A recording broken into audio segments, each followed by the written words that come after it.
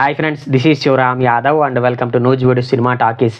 Friends, ఈ వీడియోలో మీకు నేను టొవినో థామస్ లీడ్ రోల్ పోషించిన ఏఆర్ఎం మూవీ యొక్క రివ్యూ చెప్తానండి. ఈ మూవీ యొక్క లెంగ్త్ వచ్చేసి సుమారుగా 2 hours 28 minutes అండి. తమిళ్లో ఐ థింక్ మ్యాజిక్ మూవీస్ అన్న వాళ్ళు ప్రొడ్యూస్ చేసినట్టున్నారు. తెలుగులోనేమో మైత్రి మూవీ మేకర్స్ ప్రొడ్యూస్ చేశారండి. డైరెక్టర్ వచ్చేసి జితిన్ లాల్ అండి. ఈ సినిమాకి సంబంధించి ఇంకొక ఇంట్రెస్టింగ్ విషయం ఏంటంటే, ఇది టొవినో థామస్కి 50వ సినిమా అండి. మరి ఇందులో ఆయన మొత్తం 3 roles పోషించాడనమాట. ఇక ఈ సినిమాలో టొవినో థామస్తో పాటు కృతి శెట్టి, ఐశ్వర్య రాజేష్, హరీష్ ఉత్తమన్ మరియు రోహిణి తదితరులు నటించారండి. ఓవరాల్గా మూవీ బాగుందంటే మాత్రం నాకైతే పర్లేదు అనిపించిందండి. చూడొచ్చండి, 1 time వాచబుల్. అయితే డైరెక్టర్ నిధి కాన్సెప్ట్తో సినిమా తీసుకున్నప్పుడు దానికి తగ్గట్టుగా మంచి టైట్ స్క్రీన్ ప్లే రాసుకొని ఉండాల్సింది అనిపించిందండి. కాకపోతే ఎందుకనో కానివ్వండి, సెకండ్ హాఫ్ మరీ ముఖ్యంగా క్లైమాక్స్ ఊరికినే తేల్చేసాడేమో అనిపించింది. ఓవరాల్గా పర్లేదు మూవీ. ఫస్ట్ హాఫ్ స్టార్టింగ్లో స్టోరీని బిల్డప్ చేయడానికి కొంచెం టైం తీసుకున్నాడు కానివ్వండి, తర్వాత అలా చాలా బాగా తీసాడండి డైరెక్టర్. కాకపోతే అక్కడక్కడ డైరెక్షన్లో కొన్ని మిస్టేక్స్ ఉన్నాయండి. ఎక్కడ ఎటువంటి వల్గారిటీ లేదు కాబట్టి మూవీ ఫ్యామిలీతో సహా చూడొచ్చు. ఒక కథ విషయానికి వస్తే, ఈ సినిమా వచ్చేసి అమ్మవారి విగ్రహం, ఆ విగ్రహం చేతిలో ఇట్లాగా దీపాల టైప్లో ఉంటుంది అనమాట. అంటే సినిమా మొత్తం కూడా దీపం అంటారు కానివ్వండి, అమ్మవారి విగ్రహం అనరు. ఆ విగ్రహం చుట్టూతా సినిమా స్టోరీ తిరుగుద్ది అనమాట. ఇక ఈ సినిమాలో టొవినో థామస్ 3 roles పోషించాడండి. ఫస్ట్ వచ్చేసి ఒక యుద్ధ వీరుడు, తర్వాత ఒక దొంగ క్యారెక్టర్, తర్వాత 3వ తరానికి వచ్చేసి అతను కూడా ఒక రకంగా దొంగనే అనుకోవాలి, కాకపోతే కొంచెం అమాయకుడైనటువంటి పరిస్థితులు ఉంటాడనమాట. ఓవరాల్గా ఈ 3 roles కూడా టొవినో థామస్ చాలా బాగా పోషించాడు.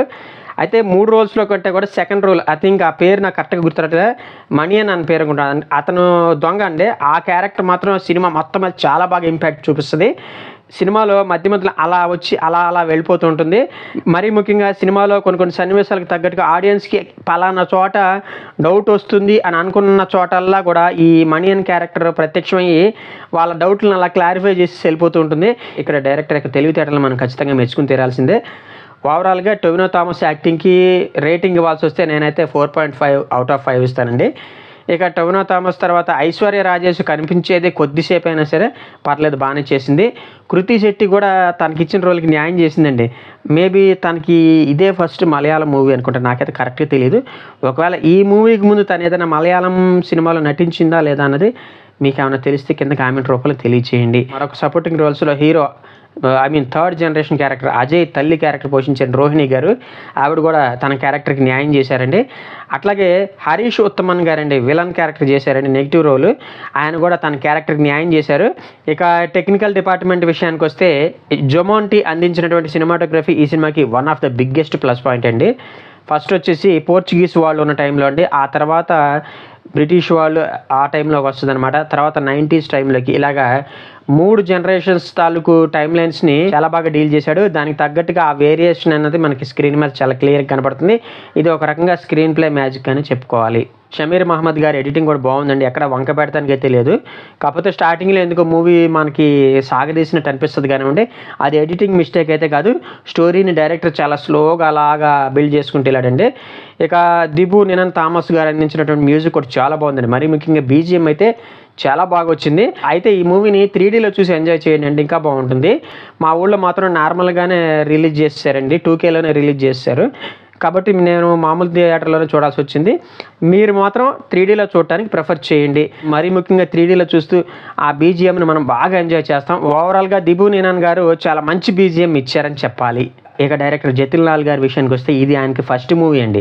అయినా కూడా ఇంత హెవీ సబ్జెక్ట్ని చాలా అవలేలుగా డీల్ చేశాడు. అట్లాగే ఎండింగ్ ముగించిన విధానం బట్టి చూస్తుంటే ఈ సినిమాకి సెకండ్ పార్ట్ కూడా ఉందని చెప్పేసి అనిపిస్తుందండి. ఈ మధ్యన ఇది ఒక ఫ్యాషన్ అయిపోయిందండి, ప్రతి సినిమా వస్తుంది దానికి సెకండ్ పార్ట్ ఉంటుందని చెప్పేసి చివరిలో హింట్ ఇవ్వడం అలవాటు అయిపోయింది. అలాగే ఈ మూవీకి కూడా సినిమా మొత్తం అయిపోయాక సెకండ్ పార్ట్కి హింట్ అలా ఇచ్చి వదిలేరన్నమాట. ఎనీహౌ సెకండ్ పార్ట్ కూడా ఇంతకు మించి బాగుండాలని చెప్పేసి నేనైతే ఆశిస్తున్నాను. ఈ మూవీకి నేను ఇచ్చే రేటింగ్ వచ్చేసి 2.75 అండి. నా ప్రజెంటేషన్ కనుక మీకు నచ్చినట్లయితే ఈ వీడియోని లైక్ చేయండి, షేర్ చేయండి. మీ ఫ్రెండ్స్ అండ్ ఫ్యామిలీ మెంబర్స్ చేత కూడా మన యూట్యూబ్ ఛానల్ కొంచెం సబ్స్క్రైబ్ చేయించండి. థ్యాంక్ యూ అండ్ జై హింద్.